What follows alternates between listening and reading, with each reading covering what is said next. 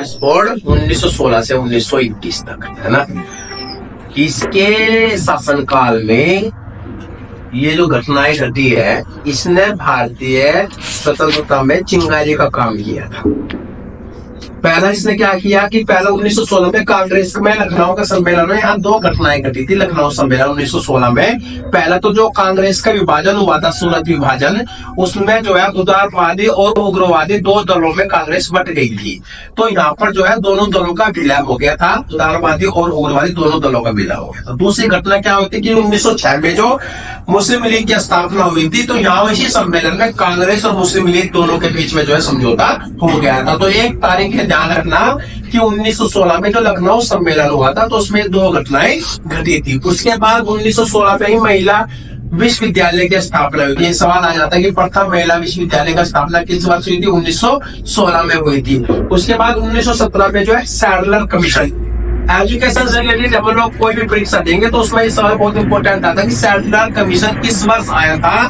तो Sadler commission आया था 1917 में। इसे कलकत्ता विश्वविद्यालय आयोग भी कहा जाता है। दूसरी जो घटना है साथ में कि 20 अगस्त 1917 मॉन्टेग्यू घोषणा, इस घोषणा में ये बात तय की गई थी कि लोक सेवा की परीक्षाएं दोनों देशों में कहाँ लंदन और इलाहाबाद में एक साथ कराने की संस्तुति की गई। 1922 में मैंने पहले बताया था कि लंदन और इलाहाबाद दोनों ही स्थान पर लोक सेवा आयोग की परीक्षाएं आयोजित की गई थी। अगर संस्तुति आए तो संस्तुति की थी 1917 में। अब खेल होता है भारत की राजनीति में। सबसे पहले रोलेट एक्ट आता है 1919। रोलेट एक्ट में आता ना कोई अपील, ना कोई दलील, ना कोई वकील, बिना किसी कारण के किसी को भी गिरफ्तार किया जा सकता था। इसका भारी विरोध हुआ। ये एक्ट है, इसका भारी सा काला कानून भी कहा जाता था। इस कानून के अंतर्गत ये बात की गई थी कि किसी भी बात की को अगर दो व्यक्ति कहीं बैठे बात भी कर रहे हैं तो आप उनको उठा सकते हो, ना कोई अपील सुन सकते हैं, ना कोई दलील, ना कोई वकील होगा, आप उनको अंदर डाल सकते हो। इसका पूरे भारत में विरोध हुआ और इसी का घटना घटी 13 अप्रैल 1919 में पंजाब में अमृतसर में जलियांवाला बाग हत्याकांड हुआ। जलियांवाला बाग हत्याकांड, अगर हम लोग जलियांवाला की बात करें तो जल्दी नामक व्यक्ति ने एक बाग की स्थापना की थी। इसी नाम पर इसका नाम जलियांवाला बाग पड़ा था।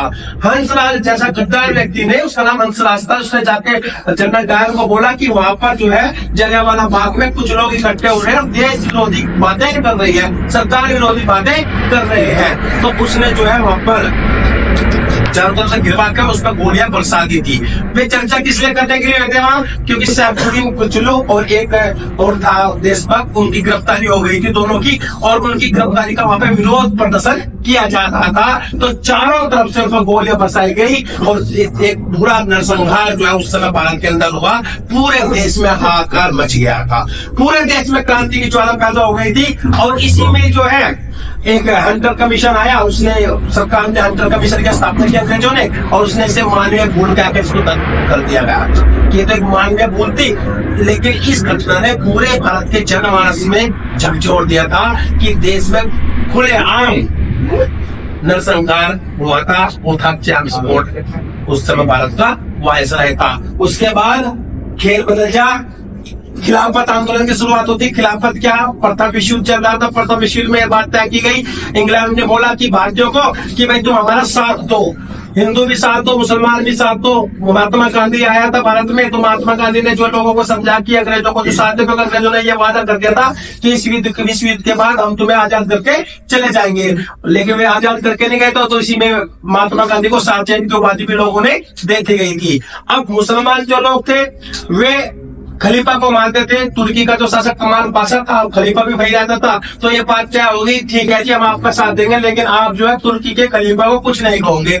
लेकिन इसने विश्व युद्ध के बाद जो है तुर्की पर आक्रमण किया इंग्लैंड ने, उससे नाराज हो गए, तो मुसलमानों ने खिलाफत आंदोलन की शुरुआत कर दी।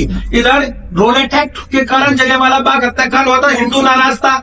खिलाफत आंदोलन, तुर्की के खलीफा खिलाफ इंग्लैंड ने आक्रमण कर दिया था, तो मुसलमान खिलाफ था। दोनों को एकजुट करने का कार्य किसने किया? महात्मा गांधी ने किया। और दोनों को एकजुट करने के बाद भारत की स्वतंत्रता में जो सबसे बड़ा आंदोलन हुआ, असहयोग आंदोलन, उसकी शुरुआत महात्मा गांधी ने कर दी और इतना बड़ा आंदोलन असहयोग आंदोलन था, घुटनों में पर टिक गया था अंग्रेज उस समय। और ये भी कहने लगे थे कि इस आंदोलन के 2 साल तक आंदोलन चला, 1920 से 1922 में।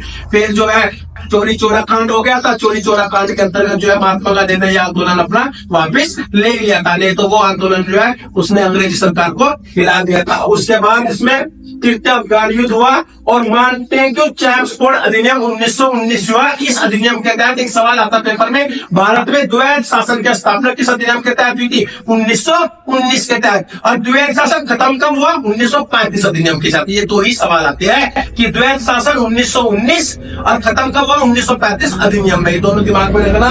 और लास्ट में एम.एन. राव, मानवेंद्र नाथ राव ने भारतीय कम्युनिस्ट पार्टी का स्थापना 1920 में हुई थी। इसका सवाल 2 सवाल आते हैं इसमें से।